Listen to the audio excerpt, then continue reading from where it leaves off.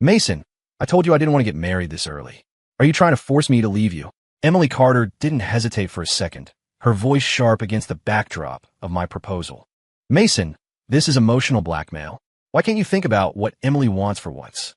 Braden Hayes, Emily's so-called best friend, stood right beside her.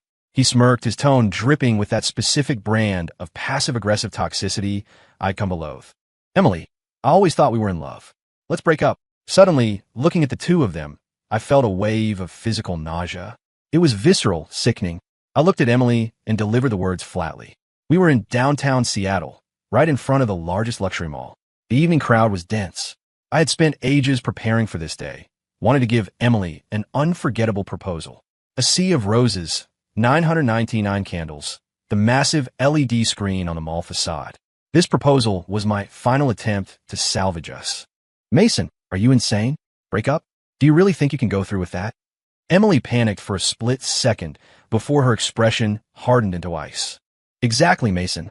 You love Emily so much. You'd never actually dump her. I don't buy it for a second, Braden scoffed, his voice laced with contempt. Braden, if you say one more word, I'm going to drop you. Do you believe that? I watched their performance, the rage finally bubbling over. I still think. Braden managed 2 words before he choked on the rest. My fist connected with his mouth, followed immediately by a hook to his cheek. Mason, are you crazy? How dare you? Don't even dream of me forgiving you for this. Emily rushed to shield Braden, screaming at me in fury as he cowered behind her. Forgive me? You're delusional. You're trash, Emily. From this moment on, we're done. Don't contact me. I looked at her, then at Braden shivering behind her, and felt nothing but cold indifference. I turned and walked away. Mason, don't you walk away. Apologize to Braden right now, or I will never speak to you again. Emily, seeing me actually leave, sprinted around to block my path. Who do you think you are right now? When I loved you, you could get away with anything. Now that I don't, you're just a stranger in my way. Move. You. Emily seemed genuinely frightened by my demeanor. Her arrogance evaporated, leaving her stammering. I shoved past her and strode away. The crowd of onlookers began scavenging the roses and LED candles. Free flowers and a show. Everyone looked thrilled. The only people not smiling were Braden, looking pathetic with a bloody lip, and Emily, whose face was twisted as if she'd swallowed poison. I had been with Emily for 5 years. We had sweet times and rough patches, but life was generally good. That changed 6 months ago when Braden, a childhood friend, moved to Seattle. The arguments started piling up. She came home late, always out drinking and partying with Braden. Her social media changed, too, becoming a shrine to her ambiguous relationship with him. For the last week, she hadn't come home at all. What man could tolerate that? This proposal was a test, and also a period at the end of a sentence. I wanted to see how she viewed our future. Now I knew. She hadn't thought about a future with me at all. Ending it was the only logical step. I wanted to punch Braden for a long time. I didn't expect him to provide the opportunity on the day my relationship died. It was the only good thing he'd ever done. I had imagined this ending, but living it was different. The anger, the indignity, the lingering attachment, it hurt. Even if you raise a dog for 5 years and it suddenly runs off with a stranger, you'd feel sad. I walked aimlessly down the street, eventually ducking into a convenience store for a bottle of bourbon and a bag of peanuts. I walked until I hit the waterfront, sitting on a patch of grass near the pier. A sip of liquor, a peanut. As the alcohol burned, the pain faded and the memories blurred. I was deep in my cups, my senses dulled when I realized someone had sat down next to me. Can I borrow some of that? The voice was cool, crisp, and pleasant. I turned to look. Long flowing hair, exquisite features softened by the darkness. A faint, expensive scent drifting from her. Silence implies consent. I watched as she took the bottle from my hand and helped herself to my peanuts. I blinked, stunned. Go ahead, take it. At this hour, she was either a ghost or another heartbroken soul like me. Who else wanders the waterfront at midnight without bringing their own booze? Cough, cough. Do you men only think about sex when you date? Can't you wait until marriage? Are you all that desperate? The silly woman had taken a massive swig of the high-proof bourbon and nearly choked herself out. I don't think you can generalize like that. Not all men are like that. I slurred slightly, rubbing my nose self-consciously. You don't look like a good person either, she said, shooting me a look of disgust. I'm not a good person. You're drinking my booze and eating my food. Aren't you afraid of getting drunk and taken advantage of by a bad person? I retorted, annoyed. Am I pretty? She suddenly turned to face me fully. A face so beautiful it shouldn't exist entered my vision. Beautiful. Breathtakingly so. You're all right, I guess. I mumbled, looking back at the water, my heart rate spiking guiltily. Men. She finished her assessment and looked away, sneering. Can we have a little respect here? Haven't you heard the saying, don't bite the hand that feeds you? I roll my eyes. We chatted sporadically, trading insults and sips until we finished the bottle. I knew I was drunk. I knew she was drunk. She stood up unsteadily, preparing to leave. I turned to watch her go. She hadn't even said thank you. She barely made it 2 steps before she collapsed. It looked painful. I shook my head, swaying as I stood up. I walked over and hauled her up with difficulty. She was muttering something I couldn't catch. I dragged us to the roadside and hailed a cab. The driver, eyeing us suspiciously, handed me 2 vomit bags before letting us in. My eyelids were heavy, consciousness blurring, but I fought to stay awake. The driver dropped us at a hotel. I paid the fare, supported the now unconscious woman into the lobby, and booked a room. I carried the foolish woman into the room. I intended to just drop her on the bed, but her weight pulled me down, and we toppled onto the mattress together. The next day, I lay on the hotel bed staring at the ceiling. In my hand was a note and a stack of cash. Tears welled in my eyes. The note read, "Men are all trash. We're even." Beside me, a large square had been cut out of the bedsheet with scissors. The bourbon was gone, and so was my innocence. I called my office and took a personal day. I wasn't in the mood to work. I left the hotel and went home, the apartment I used to share with Emily, now just mine. My parents, successful business people back east, had bought the condo for me to use while working here. Being business people, they didn't trust easily, not even their own son. The deed was in their name. I was just a tenant. Their rule was simple. No marriage, no transfer of title. They clearly didn't trust my taste in women. Well, they were right. Emily wasn't there. She was probably at work, judging by the breakfast leftovers on the table. I ignored the food she'd made, went straight to the bedroom, and buried my head under the covers. When I opened my eyes again, it was 2:00 p.m. I got up, ordered some takeout, and after eating, I started packing Emily's things. I didn't miss a single item. Everything went into boxes. Then I sat on the couch and waited. At 8 p.m., the door opened. She came in carrying takeout containers. Seeing me on the sofa, she walked over and offered the food. I didn't take it. "Mason, have you acted out enough? I made breakfast. I brought dinner. What more do you want?" Seeing me ignore the food, her temper flared instantly. "I packed your things. Are you leaving on your own, or do I have to throw you out?" I didn't waste time. "Mason, what do you mean? You're kicking me out just because I rejected your proposal? Are you even a man?" Emily looked at me in disbelief, then at the wall of boxes. Her anger spiked. "Emily, I'm done talking. Get out. Looking at you makes me sick." I stood up, my own temper rising. "Fina, you're great, Mason. Really great. I'll leave, but don't you dare regret this. Don't come looking for me." Seeing my hard expression, Emily's eyes reddened. There was fear there and reluctance, but mostly burning rage. She struggled to move the boxes out one by one, slamming the front door so hard the entryway shelf rattled. Once she was gone, I deadbolted the door and went back to sleep. Despite the long rest, I still felt exhausted. The morning alarm woke me. I showered, grabbed breakfast on the way, and drove to the office. The car was another loaner for my parents. After a day of rest, my mood had lifted. The heavy suffocation was gone. I worked at a foreign trade firm as the team lead for Group 1. I managed 12 people. "Boss, you're here. There's a massive deal today. I heard Gavin from Group 3 is leading it. The CEO of the client company is arriving soon to sign the contract." Jason, one of my team members, ran over the moment he saw me. The rest of the team watched my reaction closely. The implication was clear.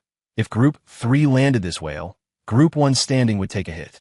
All right, if they land a big deal, that's their skill. We just need doer jobs. "I'm going to assign the key targets for this quarter," I said, projecting calm. "Jason, finalize the coastal industries order. If you need help, tell me." "Got it. I have a meeting with him the day after tomorrow." "Boss, you need to come with me," Jason said with a grin. "You were just waiting to ask that, weren't you? Fine, we'll go together. Chris, what's the status on Glorious Tech?" "I'm currently." Before Chris could finish, 5 or 6 people swept through the company entrance. Gavin, spotting my team watching, shot us a look of pure arrogance. I didn't even notice Gavin. My eyes were locked on a silhouette in the center of the group. The woman who drank my bourbon and stole my integrity. Did she think wearing sunglasses would stop me from recognizing her? I didn't know if she saw me. The group disappeared into the main conference room. I snapped back to reality and shook my head. Forget it, I told myself. As a man, I didn't exactly lose out. Plus, I got paid. I tried to comfort myself with that thought. I finished assigning the tasks and started working on my own contracts. I had just finished drafting a proposal when Ms. Lane, the general manager's secretary, came to call me. She led me toward the conference room. Listen, when you go in, just listen. Don't speak first. The client is Serena Sterling, CEO of Sterling Corp. Gavin made a mistake on a clause, and Mr. Reynolds wants you there. He probably wants you to take over. Ms. Sterling, this is Mason Cole, our top sales manager. I'd like him to handle the coordination of our partnership moving forward. Mr. Reynolds looked fawningly at the woman. Ms. Lane briefed me rapidly as we walked. Before I could object, she opened the door. When Ms. Lane stepped aside to let me in, everyone in the room turned to look at me. Three expressions were particularly interesting. Gavin looked at me with pure venom. Mr. Reynolds, our GM, beamed and nodded the moment he saw me. And the woman, she looked at me with a flash of panic before instantly reverting to an icy, statuesque calm. Ms. Sterling? No way. She's Serena Sterling of Sterling Corp? Mr. Reynolds, I hope this person doesn't make mistakes. If he does, there won't be a partnership. Serena spoke coldly, not even glancing at me, though her voice sounded tightly wound, almost nervous. Rest assured, the same mistake won't happen again. Right, Mason?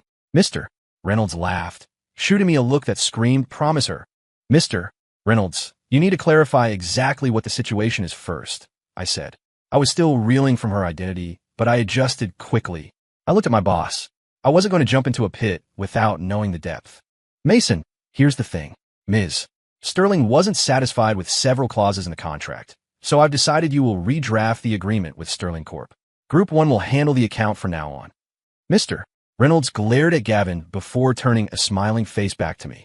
The old fox. I need to review the previous contract, and I need to ask Ms. Sterling a few questions. I ignored Gavin's hateful stare and went into work mode, pushing the personal history aside for a moment. Your name is Mason Cole? Serena didn't agree or disagree with my request. She just wanted to confirm my name. Yes, Ms. Sterling. I'm Mason Cole. I kept my face neutral. Inside, I was screaming, please, you crazy woman, don't say you know me. I can't survive in this company if people think I slept my way into Gavin's deal. Mr. Reynolds, where's your lounge? I have a headache. I need a rest. Let him review the contract. When he's done, send him to the lounge to find me. Serena ignored me and addressed the boss. Ms. Sterling, is it serious? If you're unwell, we can reschedule. Mr. Reynolds asked with concern, though anxiety flickered in his eyes. He was terrified of losing the order as she walked out. It's fine. I just need a moment. Her voice was faint. Ms. Lane escorted Serena and her assistant out. The rest of us stayed. Mr. Reynolds, look, Gavin rushed to the boss's side the moment the door closed. Go back to your desk. We'll talk about this later. Mr. Reynolds looked at Gavin unkindly. Gavin had almost torched a deal worth a third of the company's annual revenue. If the Sterling staff weren't present, he would have exploded. Gavin, deflated like a punctured tire, shot me a death stare and skulked out. I scanned the contract. There were no major issues. It didn't need rewriting. What game is Serena playing? I need to see Ms. Sterling. I told the Sterling Corp staff. I'll ask. One of them left. A moment later, they returned. Manager Cole, you can go in. She's waiting in the lounge. Please keep your voice down. She has a headache. The rest of us will wait here. I thought to myself, headache? Probably a hangover from my cheap bourbon. Mr. Reynolds moved to get up, but hearing the staff's instructions, he sat back down. I went to the lounge and knocked. Come in. I pushed the door open. Serena was sitting on the sofa, looking at me with exhaustion. Ms. Sterling, I have questions regarding the contract. Are you all right? Seeing we were alone, I kept it strictly professional, though I felt guilty. You bastard. Serena jumped up, grabbed my arm, and pinched the tender flesh of my bicep, twisting hard. The pain was sharp. I held back tears with sheer willpower. I didn't want it to happen either. You jumped me. I was drunk, and after carrying you for so long, I didn't have the strength to push you off. I rubbed my arm, probably bruised purple by now, and tried to explain. After the assault, she suddenly looked wronged. Her eyes turned red as she stared at me. She looked pitiful. My heart softened. I stepped forward and, without a word, pulled her into a hug. If a man has to take the blame, he takes the blame. Regardless of responsibility, comfort comes first. Serena didn't resist. She buried her face in my shoulder and sobbed quietly. After a while, she pushed me away gently. When I looked at her face, tears stained with red, swollen eyes, I couldn't help but smile. What are you laughing at? Am I funny to you? Panic flashed across her beautiful face, followed by a glare that looked more like a pout. You're beautiful. I feel like I missed out on seeing this properly. I looked at her earnestly. I thought we wouldn't meet again. I thought I could pretend nothing happened. Even if I saw you, I thought I could look you in the eye and feel nothing. But I can't. So you purposely picked holes in the contract to make me take over? I asked. So what if I did? Her righteousness was unexpectedly cute. Are you trying to be my girlfriend? What else can happen? We already did that. Then let's try dating. If it works, we make it official. If not, we figure it out. Okay. Are all men like this? Is there another man? I frowned. Are you an idiot? You are my first, and you'll be my last. If you dumb me, I'll cut you. I felt a phantom chill in my lower regions hearing that threat. I shook my head vigorously. Look at that dumb face, Serena said, annoyed by my reaction. I need to be clear with you. What happened when we were drunk? Neither of us planned it. So I think we should get to know each other. If we're compatible, I won't run from responsibility, I said seriously. Fine. I agree, Serena replied, just as serious. So, should we talk about work now? I pointed to the contract scattered on the floor. Handle it however you want. Use this draft. Clean it up. Come to Sterling Corp tomorrow, and I'll sign it, she said dismissively. You trust me that much? Yes. This was a small test. You passed. You have my trust. Wait, what do you mean? I really didn't expect to meet you here. I just decided on the spot to see if you'd get any nasty ideas because I'm the CEO of Sterling Corp. Now I'm sure. Are women always this arbitrary? I believe what I see, and I trust my intuition. You won't hurt me. I looked at her, speechless. I really wanted to crack open her skull and see what was wiring that brain. Your eyes are puffy, and your makeup is smudged, I reminded her. It's fine. Wait a bit. I'll touch up. I'll wear sunglasses on the way out, she smiled playfully. Watching her sit back on the sofa, I felt a knot of resistance in my chest. I thought about a lot of things. I had just broken up with Emily. I hadn't moved past the shadow of that relationship. And now, because of one mistake, I was entangled with Serena. If she were an ordinary woman, maybe it would be fine. But she wasn't. The status gap was something I wasn't optimistic about. Even though my family's assets back east rivaled Sterling Corp. Right here, right now, I was just a wage earner. I'd have to take it one step at a time. I really should have just taken that bourbon home the other night. What? Am I not good enough for you? Serena asked suddenly, side-eyeing me. No, I'm worried I'm not good enough for you. I was lost in thought and answered honestly. Serena smiled at that, a genuine, bright expression. Am I pretty? Yes. That's not what you said by the river. It was dark, and I was drunk. I didn't see clearly. Well, now you see clearly. Come find me tomorrow to sign. I'm leaving. Serena walked out. She put her sunglasses back on, but the glacial aura from before was gone. After Serena left, Ms. Lane called me to Mr. Reynolds' office. He was brewing tea. He pointed to the chair opposite him. He said, well, going over tomorrow to sign. Do you know Ms. Sterling? Mr. Reynolds suddenly pivoted, eyeing me like an old fox. No, what? I feigned ignorance. That's strange. There was nothing wrong with Gavin's contract. Why did she refuse that one? He wouldn't let it go. How would I know? But there were a few minor issues. You saw her come in person. When does that ever? I stopped mid-sentence, startled by my own realization. She investigated me.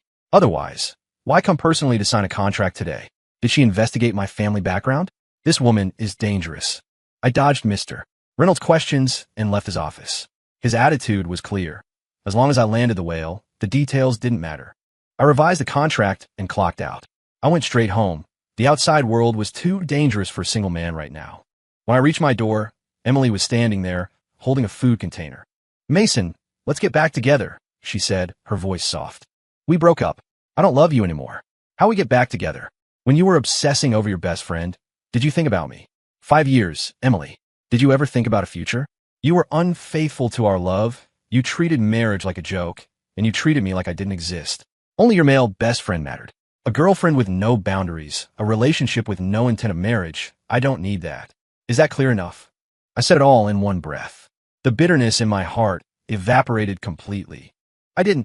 Braden is really just a friend. There's nothing between us. As for marriage, I just wasn't ready. Please give me more time. Can we just make up first? Let me ask you 2 questions. If I had a female friend I hung out with every day, ate with, shopped with, and rushed to for every little thing, how would you feel? I asked, throwing her ridiculous logic back at her. That's different. You have a girlfriend. Emily's face flushed red. She looked down, unable to meet my eyes.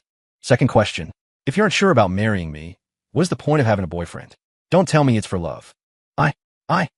Emily, you took my kindness for granted. You enjoyed being chased and adored.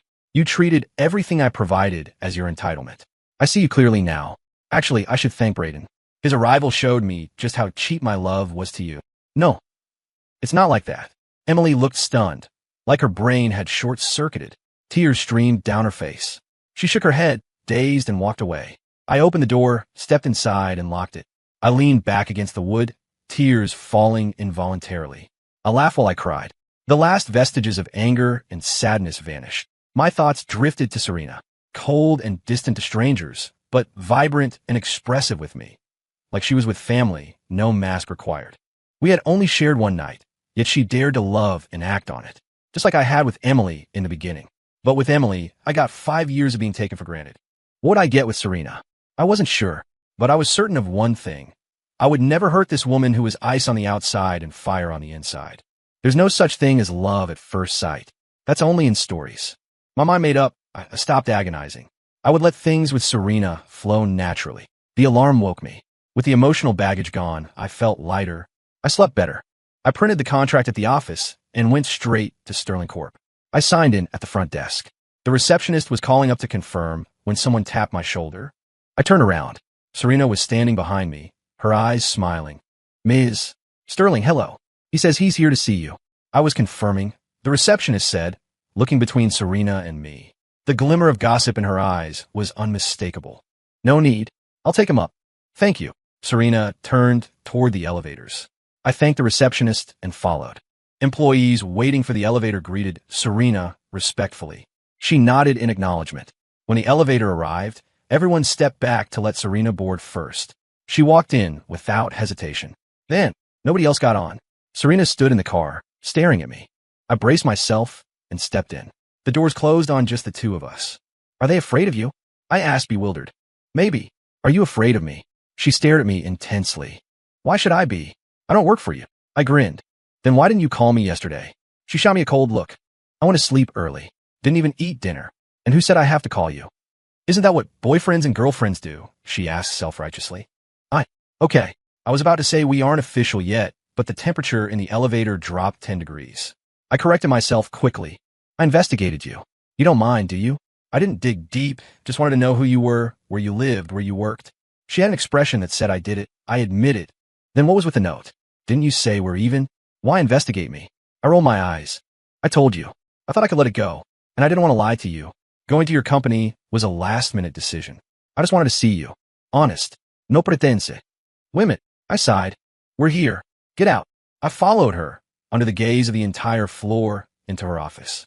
She told the staff waiting for signatures, including her assistant, to wait outside. Aren't you afraid they'll gossip?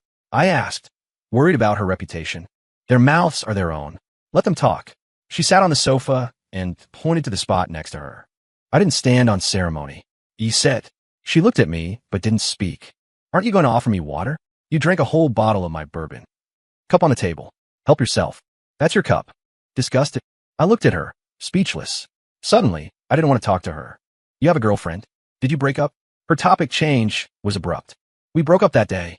Otherwise, why would I be drinking by the river? What a coincidence. I broke up that day too. He cheated on me. That's impossible. You. Seemed like you didn't listen to a word I said at the river. He wanted me, but I wouldn't even let him hold my hand. So he found someone else. I thought I would be devastated, but I wasn't. I went to the river to figure out why I didn't care. Was she explaining her purity to me? You don't need to explain. The past is the past, right? I want to hear your defense. I held hands, kissed. Never went to the last step. I said, embarrassed. I knew it. Men are trash. Her brow furrowed, her face darkening. You asked me to say it. Couldn't you just? Never mind. Topic closed. She grumbled. Signing the contract took all morning. This woman, this brilliant operator, was surprisingly transparent. According to her logic, since there was a high probability we would end up together, perhaps even married, honesty was a mandatory condition. Trust was the foundation. She spoke like a true merchant, spinning logic in circles. Luckily, I've tasted the bitterness of love and was raised by 2 business sharks myself. Let's go. It's noon. Let's grab lunch at the company cafeteria. I need someone to spread the news of your existence to my parents, Serena said, blinking those beautiful eyes. Definitely scheming. If we're eating, we go out. I'm buying. The cafeteria is a bad idea. Right now. We're just acquaintances. I was stern. Fine. Your call. Let's go. Serena smiled. When we walked out of the office, the Sterling staff stared. Her assistant approached, but Serena signaled her to wait. She signed a few documents on the fly, barked a few orders, and walked into the elevator with me under the scrutiny of the entire floor. We found a standard restaurant nearby and ordered a few dishes. Want a drink? I asked out habit.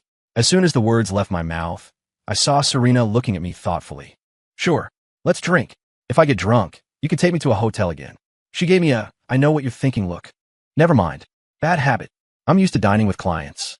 Don't overthink it. I realized immediately she had misunderstood what was going on in her head. We ate and talked. Adding to the morning's conversation, we now knew the details of each other's lives intimately. Just as we were finishing, a shocked and angry voice rang out behind me. Mason? Who is she? I turned. Emily and Braden were standing there. Emily was glaring at me, trembling with accusation.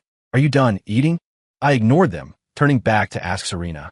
Mason, you broke up with me for her, didn't you? You gaslit me. You're the one who cheated. You forced me to leave so you could be with her.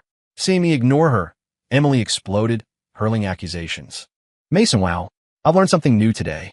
Emily loved you so much, and you were checking out other options while you were with her? How do you sleep at night? If it weren't for Emily, I'd call the cops on you. I haven't even heard an apology for the punch. Braden chimed in with his signature tea-green toxicity. Emily, this is a client. From Sterling Corp.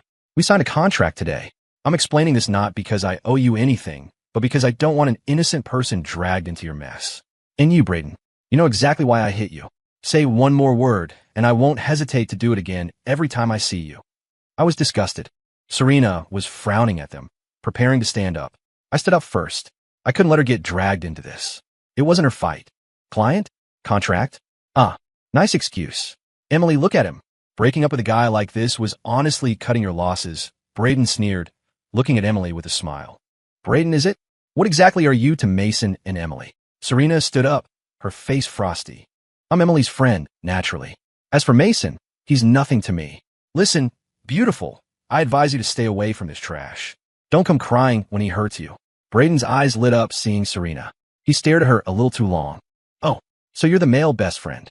You know, in this day and age, any couple with a male best friend involved usually ends in disaster. Mason, you're pitiful. How did you end up with a girlfriend who keeps a pet male best friend? Oh, sorry, ex-girlfriend. Serena mocked Braden mercilessly, then turned her eyes to me, squinting. It was a look that clearly said, your taste in women was garbage. Who do you think you are? What right do you have to get involved between me and Mason? Mason, I'll give you one last chance. Apologize to me and Braden right now. If you do, I'll forgive you. Otherwise, we are done forever. Emily glared hatefully at Serena, then at me. Who am I? Right now, I'm Mason's girlfriend. We're at the stage of discussing marriage. Who do you think I am? And don't project your filthy mindset onto us. We've known each other 3 days. Love at first sight fits us perfectly. Serena didn't yield an inch. Impossible. Mason has always loved me. He definitely hired you to make me jealous. Look at you. You look like a seductress. How could Mason like someone like you? Emily looked at Serena's stunning face and faltered, her confidence cracking, but she held on to her delusion. Nothing is impossible. You broke up. Isn't it normal for him to date again? Aren't you always flirting with other men? Don't deny it.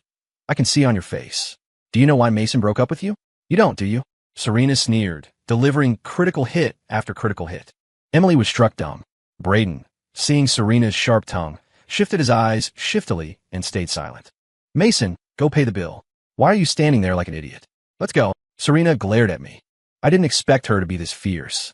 I shot her an admiring look. She rolled her eyes at me. I paid the bill, ignored Emily and Braden completely, and walked Serena out to my car to drive her back to Sterling Corp. Once in the car, she sat in the passenger seat, staring straight ahead, silent. I'm sorry. I try to keep you out of it, I said apologetically. No response. What's wrong? Angry, I asked. Mason, how did you ever fall for her? Serena asked thoughtfully. She wasn't like that before. It was only after Braden moved to Seattle I sighed. I'm not like that, and I hope you aren't either. In the future, our world only has us. Serena looked at me with intense seriousness. What are you thinking? I won't become the kind of person I hate. I knew your character the night we drank. Watching those two was disgusting. You are forbidden from seeing her again. Forbidden from having any contact with her. Done. I won't contact her. The moment I decided to break up, It was over. Let's get our marriage license. Serena's words nearly made me rear end the car in front. Avoiding an accident, I pulled over to the curb and parked. Esther there. You won't regret this? I looked into her shining eyes and asked seriously. Serena had already taken so much initiative. If I, as a man, kept shrinking back, would I even be a man? No regrets. Never. Serena said, Okay, I'll pick you up tomorrow for City Hall. Do you want to have a drink tonight? Serena blinked, her eyelashes fluttering. I'll pick you up after work tonight. Men, so realistic. Pick me up tomorrow morning. We'll drink after we get the license. Story complete.